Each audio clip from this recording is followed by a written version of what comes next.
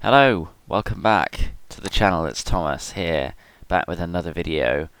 This time we're in the Boeing 777 by PNTG, British Airways, at stand 534 at London Heathrow. Service all the way transatlantic to Boston Logan International Airport in the United States of America. This is the Boeing 777. It's fabulous. And we're at London Heathrow, UK 2000 scenery, which is nice as well.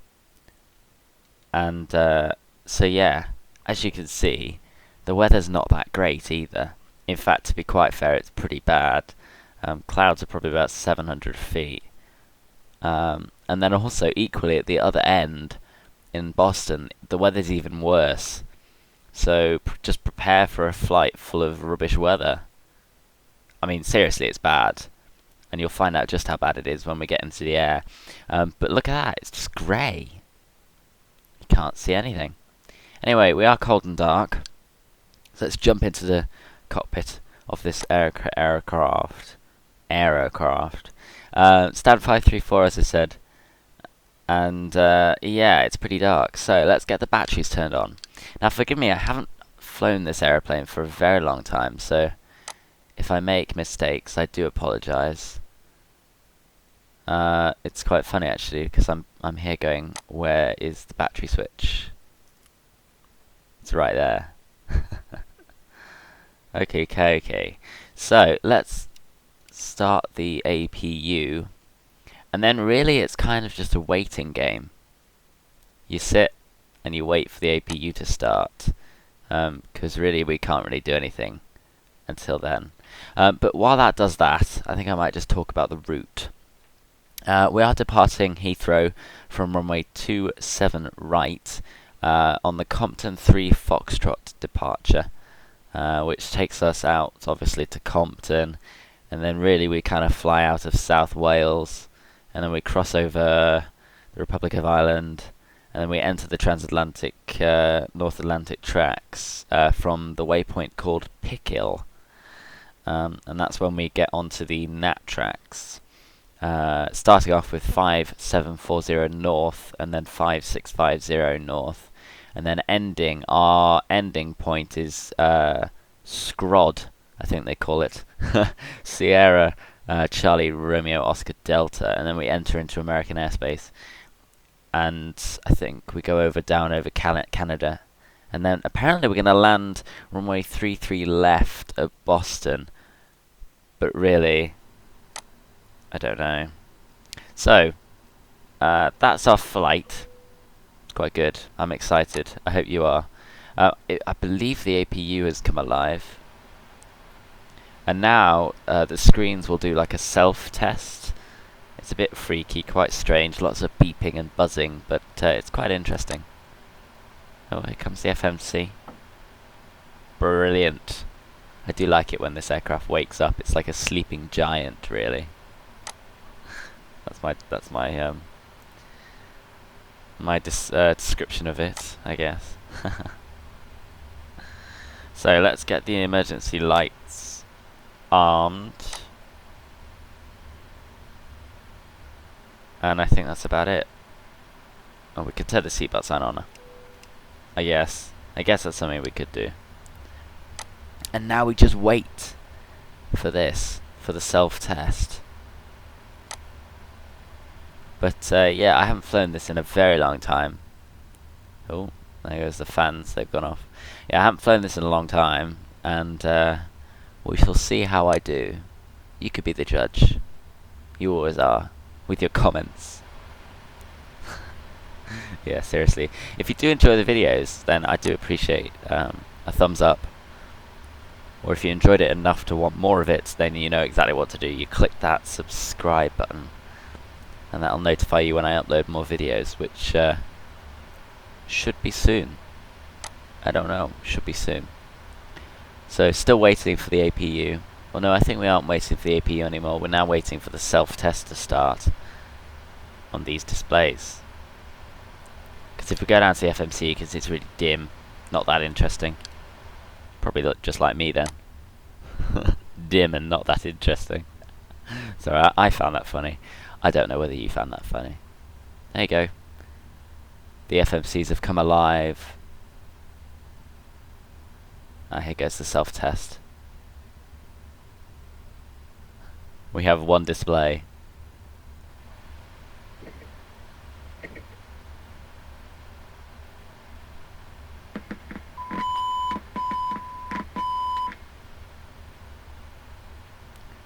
That's entertaining to watch, really. I think that's the self-test done and dusted. So there you go. Displays are alive. I'm happy. Finally. Let's just get rid of the master warning. Nope, we can't do that for some reason. So what is this display telling us? I think this one is just telling us everything is broken. So, yeah. Good. Anyway, let's go over to the overhead panel. There it is. Okay. ADIRU. That can come online now. This is a moonlit cockpit, I think it's called. Where basically if there's a light on, it means there's a problem and you need to fix it. So everything's on, the fuel pumps are all on and everything. No, they're generators. Hydraulics won't be working yet because we don't have any engine power. Fuel, turn those on. The fuel tanks can come on, packs can stay off. APU bleed air's on auto. We don't need any bleed air for the engines yet because they're not on. But that is that, I think. So if we go down to the FMC, and I think first thing we'll do is we'll load the fuel, because I will forget, and that's the most embarrassing thing, is to find out you've just flown a whole thing with full fuel. So we're going to be taking 53,000 pounds of fuel. No, 53,000 kilograms. 53, 1, 2, 3. There you go. That is a lot of fuel, but it should get us. There. Payloads, zero fuel weights is going to be 195,000. So 195.1. And we double click it in here. There you go. We're pretty full actually, not quite, but pretty full. So that's payload and fuels all done. Nav data is obviously out of date. I mean, who keeps that in date? Now we need to enter the inertial position. So next page, and I think we'll take the GPS location and slam it right in there. And then we are at Heathrow. Was it 534? I think the gate was. Yeah, something like that. And now if we go up, there you go, look. We have a reference now, which is good. Oakley coakley. So, go to route, because I am not going to sit here. And this is the awesome bit about the PMDG 777. It has a full route requesting system. I love it. It's so good. So, if we click route request 777, and this is the route we need. Click request. Now this is the cool bit. This is the whole system. It links with PFPX, and it does it all. So as you can see, the route request has been sent, which I think is really cool. It should come back in the next. There you go. Route 1 uplink ready, and all you do is click load, and then it will load the route. Just watch this display as well, I think. Now, because it's a big flight plan, I assume that there you go. So as you can see, it's curving around to the left, and now all we do is click activate and execute that. And there probably will be something else coming through, but I'm not too sure. Anyway, while it does that, we can put our runway in, which is 27 right. And flight number today, oh gosh, I can't remember. Is it Speedbird 213? It's BA213. Boom. Execute that. Brilliant. Performance initialization. Double click the zero fuel weight. Reserves today, I think we'll go bigger than we normally do. Let's go 10. 10. I think we can request performance initialization. We'll see how that goes. It'll probably delete all my stuff. Performance request has been sent, which is good. It should come back and tell us something else, I think. Maybe. Oh, there you go. It's just put all of our stuff in. So with the center of gravity, we accept that. And now we have everything we need. Thrust limiting, we're not going to derate the engine because it's a nice long runway. Flaps for takeoff, I think we can set 5, I'm not sure. Yeah, we can set 5. We'll have 5 for takeoff. In fact, no, let's go 10, because we're quite heavy. No, let's go 5 then. Center of gravity is 33% and trim is 2.75. So let's change that, if we can. Oh, there it is.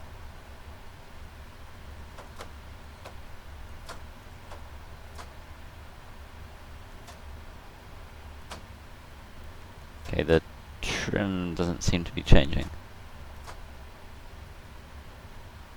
Very strange. We'll leave that.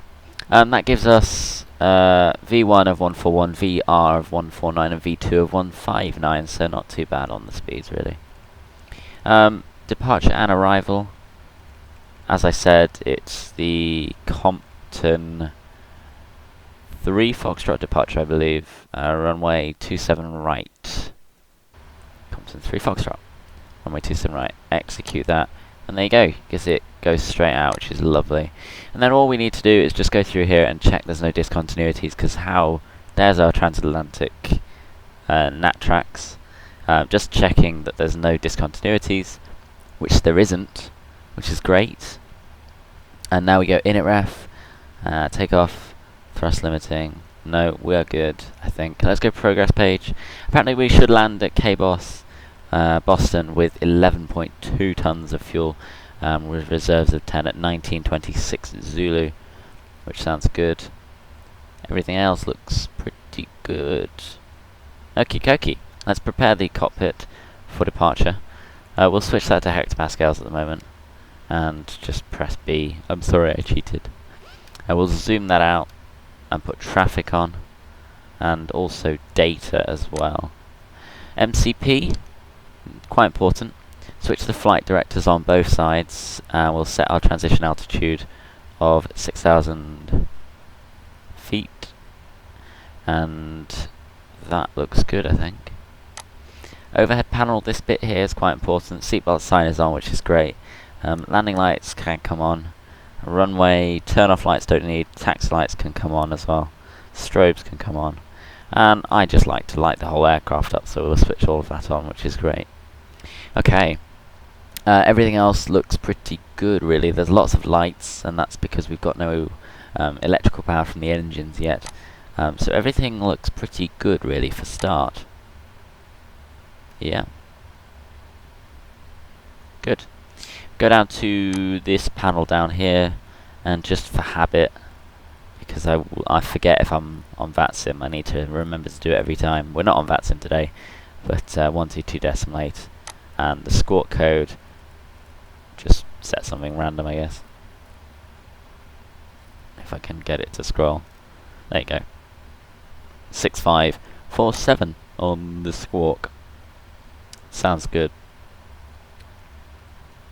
Anyway, everything looks pretty good. So these are all warnings because we don't have electrical power, which is great. So I think, by the looks of things, we need to be pushing back nose left, I believe, so that we can taxi out that way. So I think what we'll do is we'll do nose left, tail right. Let's go into the menu, FS actions, pushback. We can remove the wheel chocks and set the parking brake, and go back, and we can nose left 90 degrees and start. And, ground, cockpit. Hi, Captain. We're all set to go up here. We've been cleared to push and start at your discretion. Pardon me, ready for push. Power and air are clear, doors closed. We are ready for pushback. Please parking brake, please.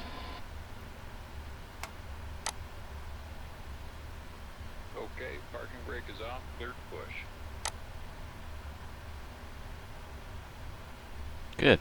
Okay, let's get the engine started. So, if we just Brakes off, here we go. if we flick number 2 to start, and then all we do is watch these. Watch and wait, really. So, as you can see, the warnings are disappearing, which is great. Even though there's loads of lights out here. So we got N1. I'll bring the fuel in.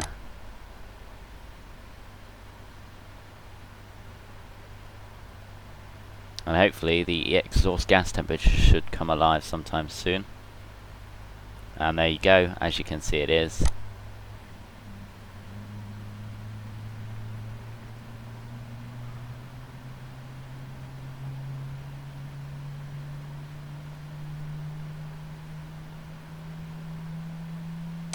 Push is complete. Set parking brake, please.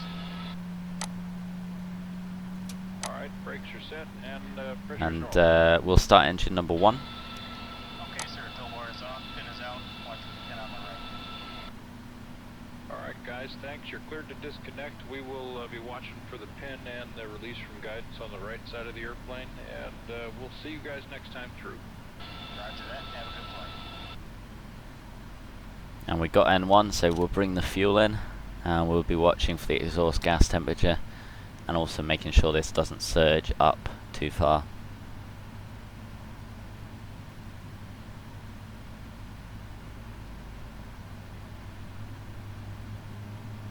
And there you go, the exhaust gas temperature is rising, which is great.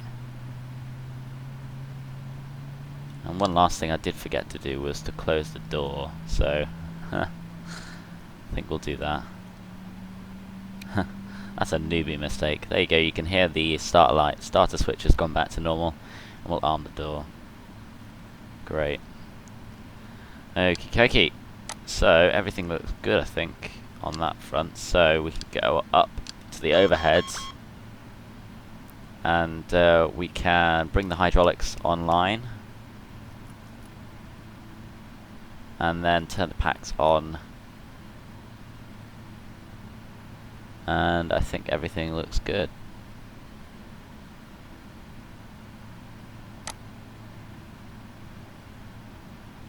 Good.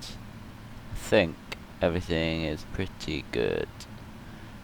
I think we can now get rid of the APU. Good. Okay, everything looks good.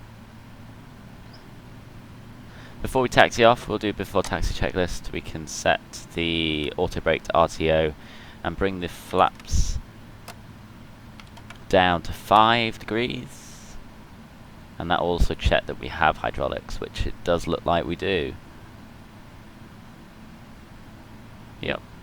Okay, so let's go, let's taxi, let's get back on the line as well, because it appears that we didn't quite push back far enough. There's the line.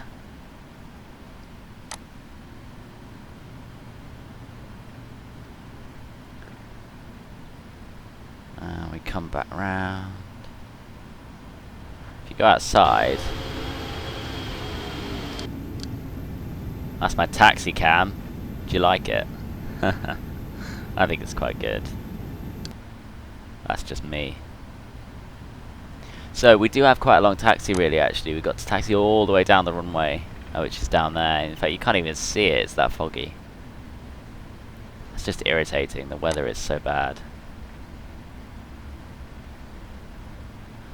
So I think we can just go across here.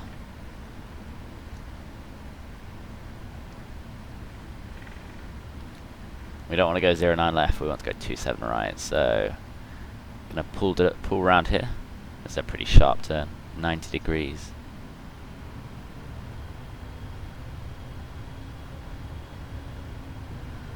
There we go.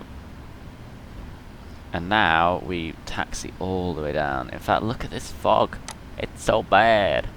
Does the weather radar work? I think it will. There's just no precipitation in the area, so that's why it's not picking anything up. That's okay.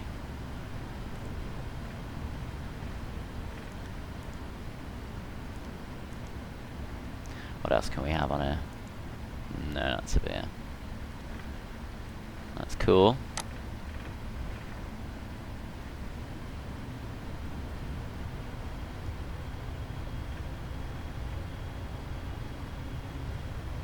So because we're taxiing in a straight line, I think we can kind of like speed up just a little bit. He says as he careers into one of these Singapore Airlines aircraft off to the right hand side.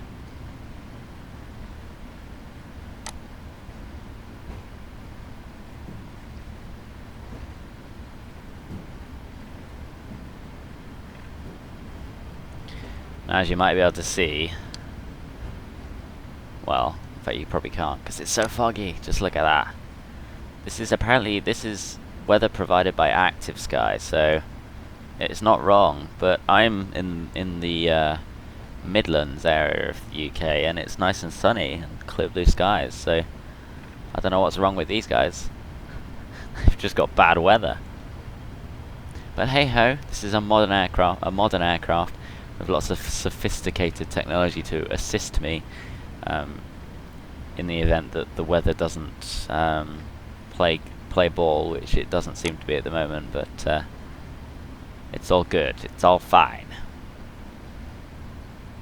That pump didn't seem to be on for some reason. I believe that's a ding saying the cabin's ready. Yes, it is. Brilliant. That's perfect. And if we just do a quick glance at the overhead, you can see all the lights have now gone out, meaning that we're successfully configured for takeoff, which is what I like.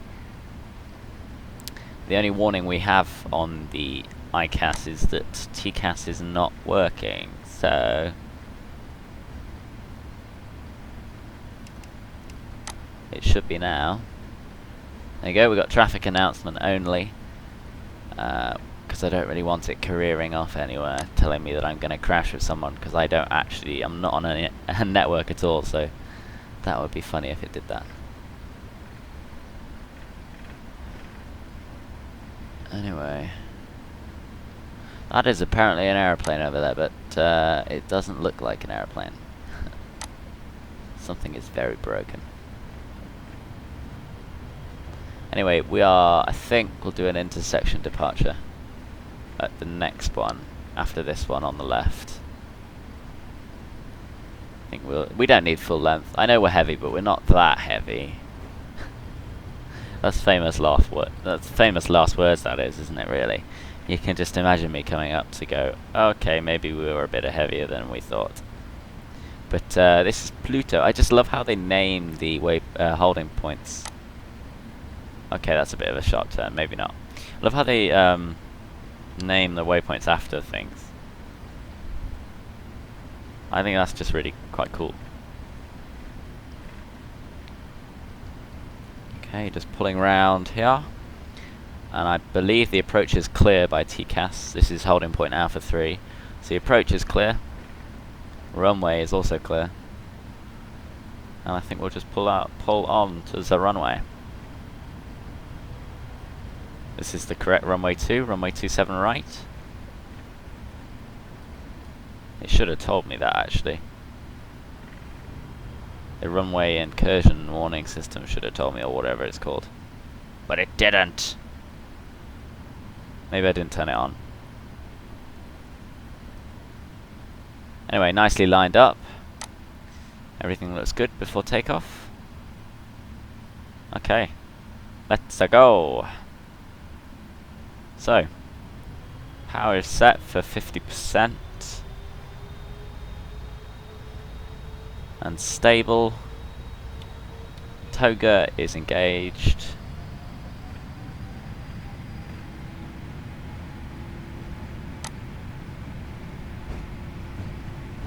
$80 knots. As you can see, there's a separation between V1 and rotate. V1. Rotate, slowly pulling back.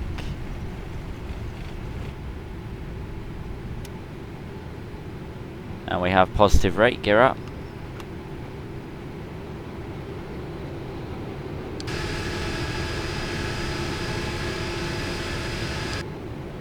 Oh, look at that, you can't see a thing. Wow. Anyway, flaps coming up to 1.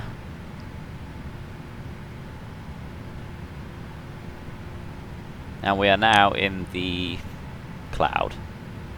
That was very quick. Flaps up. VNav, LNav,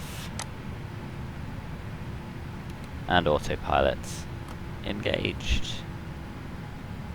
Okie dokie, after takeoff checklists, flaps are up, gears up, flaps up, lights out now I think.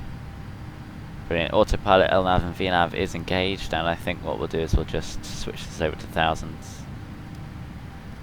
And I forgot to tell you actually, we're cruising today at flight level 360, which is surprisingly low actually.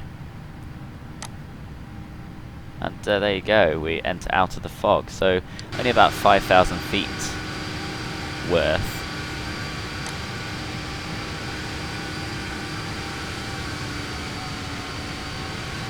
This is definitely a screenshot. That looks good. Look at that, just rising out over the fog.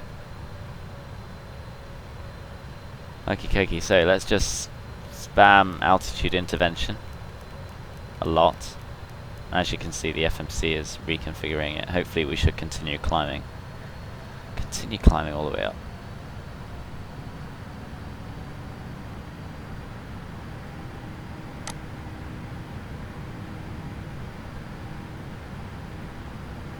Oh, look at that, that's so cool.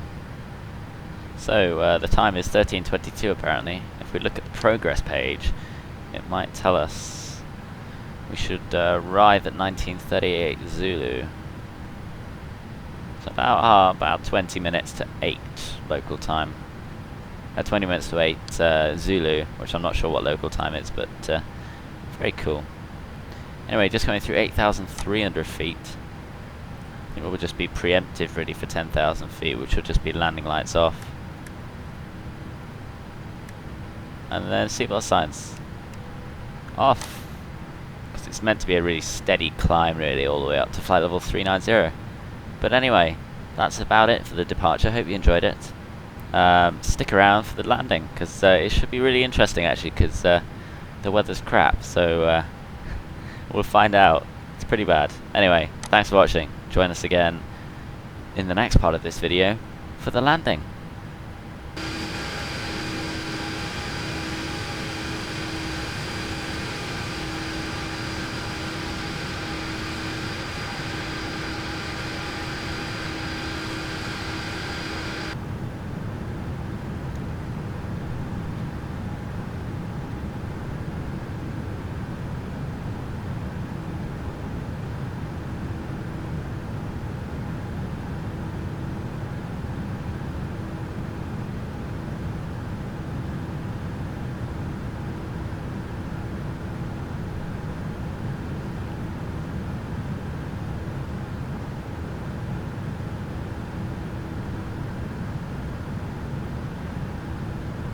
And we're back.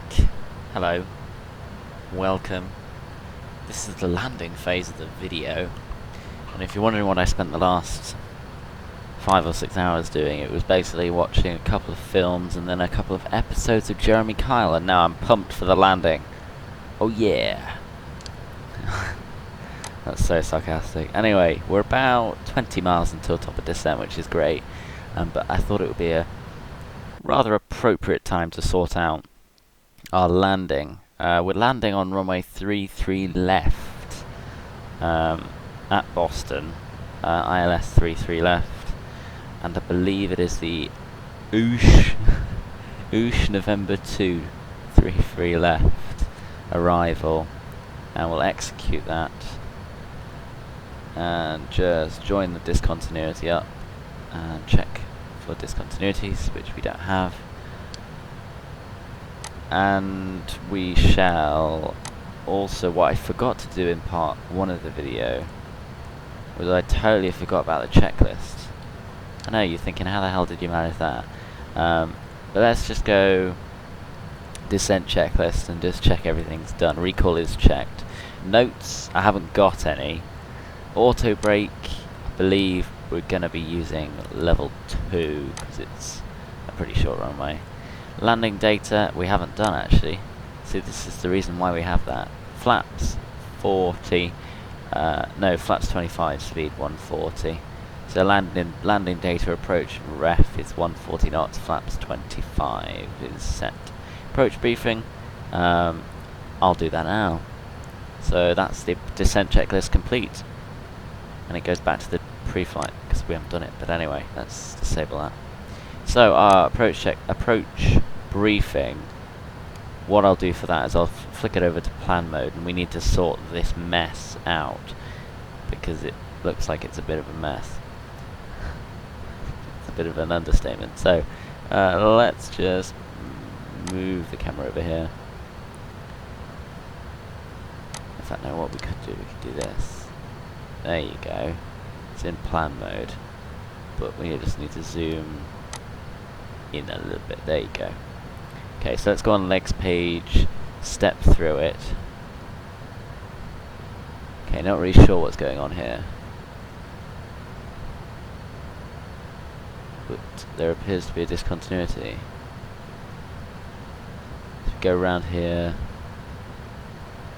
and then it just kind of joins onto there. Very strange. Sure, we'll find out how that works when we get closer, but that's what the approach looks like. I think I need to pick a transition actually. Maybe that's why. Coming up on just under 20 miles to top of descent. If you're wondering, we are, as to why it says insufficient fuel, the reason for that is if you just look on this display and you look at this number here, you might know. 131 knot headwind. Not direct headwind, but enough to be annoying, because look at the angle in which we're flying. How irritating.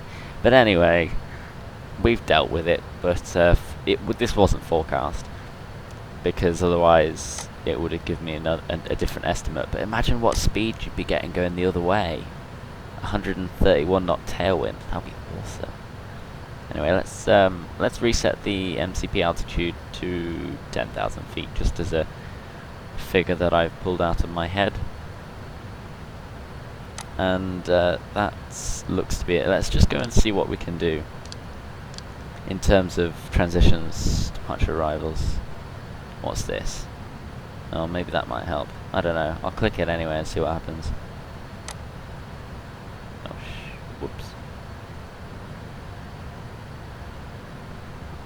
Well, it would appear that we've just deleted the whole flight plan, apart from a couple of things.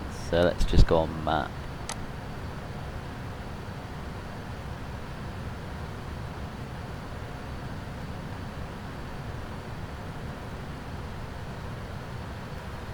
Okay, so I fixed the problem. I've just re-entered it into departure arrivals. That was a bit of a mess up on my behalf, but yes, it should be working now.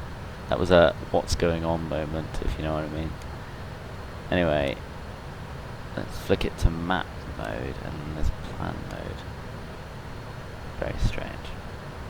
Anyway, we appear to be looking quite good, really. So I think it's this one here which is providing us with this vectors thing, but we don't really want vectors, if you know what I mean. So what happens if we just delete that waypoint? Invalid delete. That's irritating. Okay, we can't delete it. So, yeah. But by that time, we should probably be okay. A quick weather check, actually. Let me just get Active Sky open and ready to rock and roll. Just zoom in and let you know how things are looking. I have no idea where it is. It's looking interesting, to say the least, if you know what I mean. Cloudy. Here we go.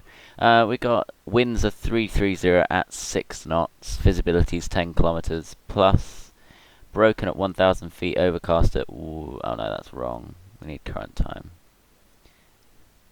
Okay, so the weather's improved considerably since I last updated you. Actually, the clouds have lifted now, so it's broken at 1,000 feet, overcast at 1,610. Temperature's 10 degrees, dew point's 8 degrees, and there's no precipitation reported. So that fog that I was talking about earlier has lifted now, which is brilliant. But as you can see, it's quite cloudy. It's pretty cloudy. So we'll have that to deal with. But hopefully it should be okay. In terms of our descent, we've started our descent now. Quite rapidly, in fact, actually. We do have an altitude constraint. I'm not sure when it is. Oh, here we go. It's 5,000 feet. So we should be descending down to 5,000 feet or so. But it is quite a long descent, really. So just to save you having to watch us slowly descend into the cloud, we'll cut it. Okay, cookie, we're back. Hello. And as you can see, it's just a sea of white clouds. It's a blanket of cloud covering a pretty big area, actually. As you can see, the engines are practically idle. And there's that wing shot. For everyone that loves wing shots. There's the sea. So, yeah. It's plus 6 degrees. It's rather chilly, actually. It's only for 18,000 feet or so. We are pretty much configured for landing. Still got this headwind 85 knots or so. And then when we make this right-hand turn, it will be practically a full-on headwind. Which hopefully should have reduced slightly. I hope. It would be nice. Anyway, coming through 18,000 feet means we need to switch over to local pressure, which in this case is 2975 inches of mercury. You can tell I don't fly in the US very much. It's 2975 on the altimeter, which is great. I have supposedly sorted the flight plan issue. Not that you could really call it an issue, but can you see that? Apparently we're going to come around here, make a very sharp turn, and then intercept the ILS here at KBOS. Hopefully. That's the plan. I really hope it works. Would be rather disappointing if it didn't. Anyway, closely approaching whatever this is, Ocean, which is the start of our standard terminal arrival route, coming through 15,500 feet. Still haven't hit the cloud yet, although we are at idle, I think, which our descent rate's about 2,200 feet per minute, which is good. I like it. I think we should put the passenger seatbelt signs on now. Doesn't chime. Oh well. Passenger seatbelt signs are now on. And we will soon be going through 10,000 feet, so I think it's time to switch the lights on. So put the landing lights on. Taxi and strobes I never turned off, so they can stay on. Anti-ice is on auto, which is great, because we will have moisture. And everything looks pretty good. Awesome. So, yeah. I hope you like these kinds of flights. If you do, and also I do need help choosing routes to fly, because it's always a problem. Me sitting here going, where should I fly? I've got 3 hours and I don't know where to fly, because I don't know where you want me to fly. And this is, I hope you like this one, but if you do want me to fly anywhere else, then requests are available. And it's always good when I have interaction with you guys, because you are the people that I'm making these videos for. So that's that really. Now you see, this just looks really complicated. And I think just to make it quicker, I think what we will do is we'll go from Tetri, or should we go straight from Ocean to Mandy or whatever it is. Mindy. Need to quickly do it. Mindy. No, is that it? I think it is. It's an M. Gotta find it on here. Where is it? Where is it? There it is. Why not? Why not do this? Let's take that. Oh, whoops. Erase. That would have been a problem. So it's why not. We can click it up here. Click execute. And that looks like that looks a bit better.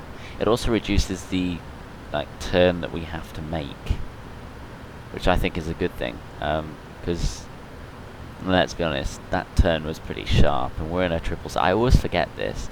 That we're actually in a 777, and this thing is rather big, just to say the least. Really, pretty big. There's my taxi cam view. Do you like it? So yeah, I always forget that we're actually in a Boeing 777, which is massive. So apparently we've got insufficient fuel, but if we go down and check on the progress page, we should land with just under 5.8 tons. Remember how I said we'd have reserves of 10? Isn't it a good job that we have this thing called reserve fuel? Because we've definitely used it. We're still under the legal. Is it within? That's a better word. Within the legal limit, which is great. So it's good. Let's just continue this down to 2,000 feet, just so we continue the descent path. And now it's time probably to look at nav radios and just check that we have the right frequency written in. I think we do. I think it automatically. Yeah, ILS is 110.70, and the course is 331 degrees. I think we will probably do a full auto land. I might take over. It depends how much I can see as to when I take over. Because let's be honest, if I can't see anything, then there's not much point taking over.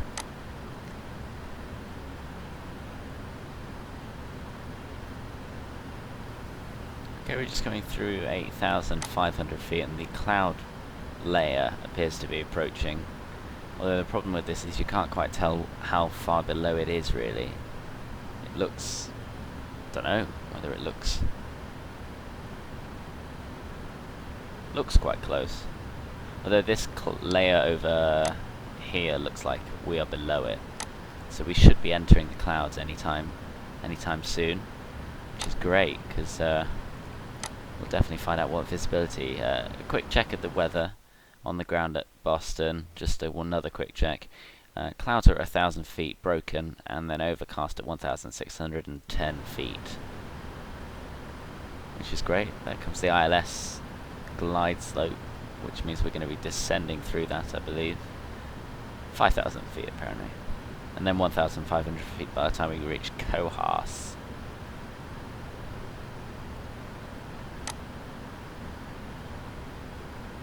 I do enjoy these approaches. Is it just me, or like when you fly you want bad weather because it makes it more exciting, or is that just me? I feel like that is probably just me.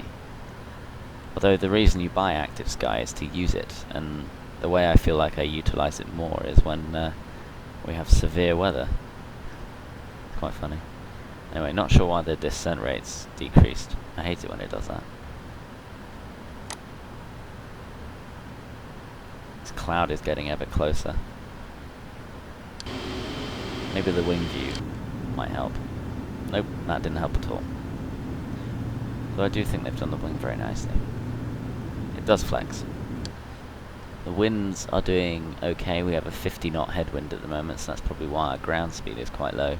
Our ground speed was just painfully low crossing the Atlantic. Like, painfully. It took like an extra hour than it should have. We should have been on the ground. It's 8. It's 20 past 8 local time, not local time in the UK when I'm recording this, and the same goes for the clock as well in the flight sim. And we should have landed probably about an hour ago. So that just proves how bad headwinds really can be. It's rather annoying, actually. Anyway, coming up on probably about 15 miles to go really until we get there. My alternate has appeared here. Don't know where it is, but I'm sure it'll be good. Good fun. Anyway, the speed is starting to decrease, which is good. And I'm going to bring out flaps 1. Just to start us on the deceleration process. And getting us to slow down a little bit before we have to turn right to intercept. I still can't figure out when we're going to get into these clouds. It's so annoying.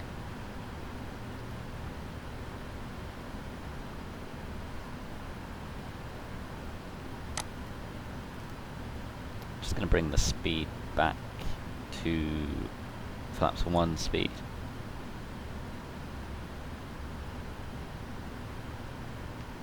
It's also irritating when it stops descent, so I'm just going to bring the speed brake out. Just to increase our rate of descent just a little bit.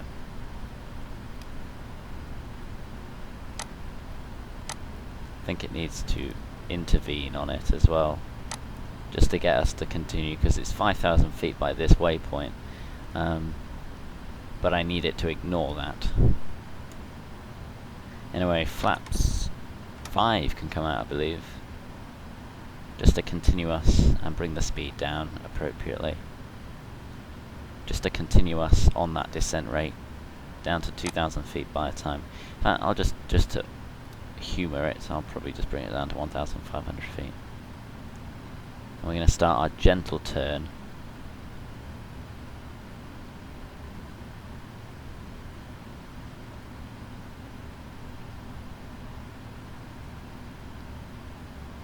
Looks like we're a little bit high, so what I'm going to do is bring vertical speed in and just bring us down at a good descent rate, really. Probably about 2,200 feet per minute. We must be in the cloud now. And just bring the speed brake out just to compensate for that. Just so we don't gain too much speed. I think the seatbelt sign, yeah, the seatbelt sign is on, so we don't have to worry about that. The only thing I'm concerned about is this diamond here. Cabin is ready, which is good. I like to see that. Okay, now we are in the cloud, and we can't see much, but that's basically what it means. Anyway, just coming through the glide slope, which is good, because I don't want to be intercepting it from above, because I hate doing that. It's really annoying, actually. Sometimes the pilot just has to take over. Anyway, 23 knot headwinds at the moment. It's slowly decreasing as we get closer to the ground. Radio altimeter. Good. 2,300 feet. Huh. Speed's getting a little bit high, but it's not a lot more than I really want it to be. Localizer's engaged, and you can see the localizer's coming across, which is good. And now we allow the aircraft to decelerate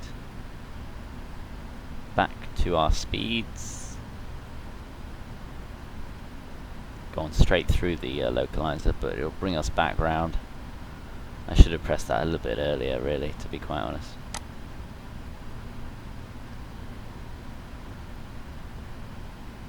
And speed's coming back to normal, so bring the next stage of flaps down, which is flaps 15, and again bring the speed back appropriately.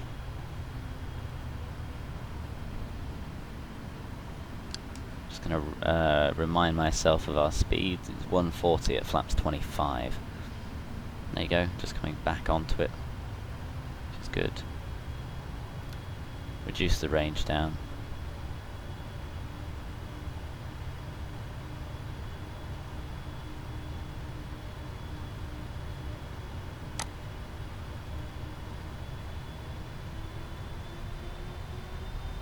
And as we're at 1,500 feet, we're incredibly low actually in terms of what we'd normally be at.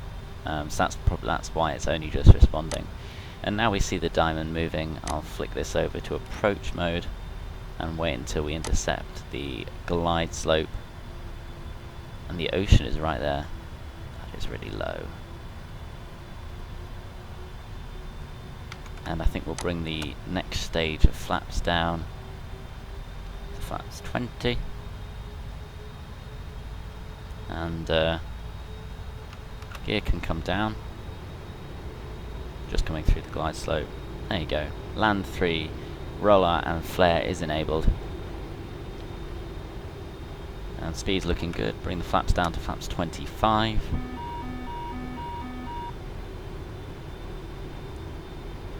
And we can now bring the speed back to VREF, which is 140 knots.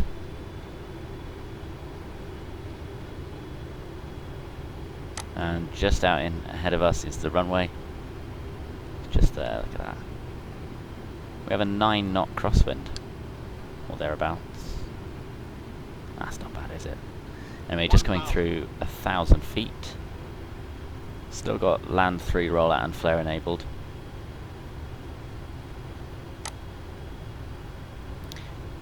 Scenery at the other end is Fly Tampa's Boston scenery, for those interested.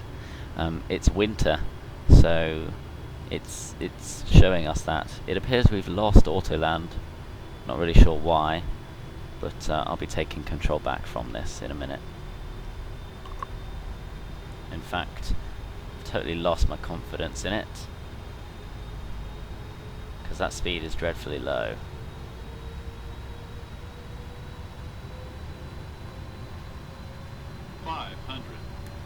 And we'll get rid of that.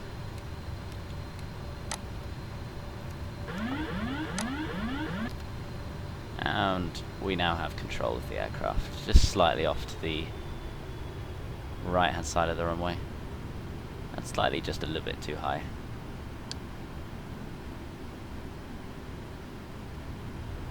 Sync rate. Sync rate.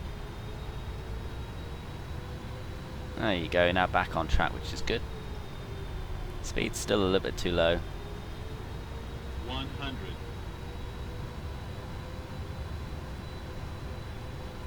50. 30. 20. 10.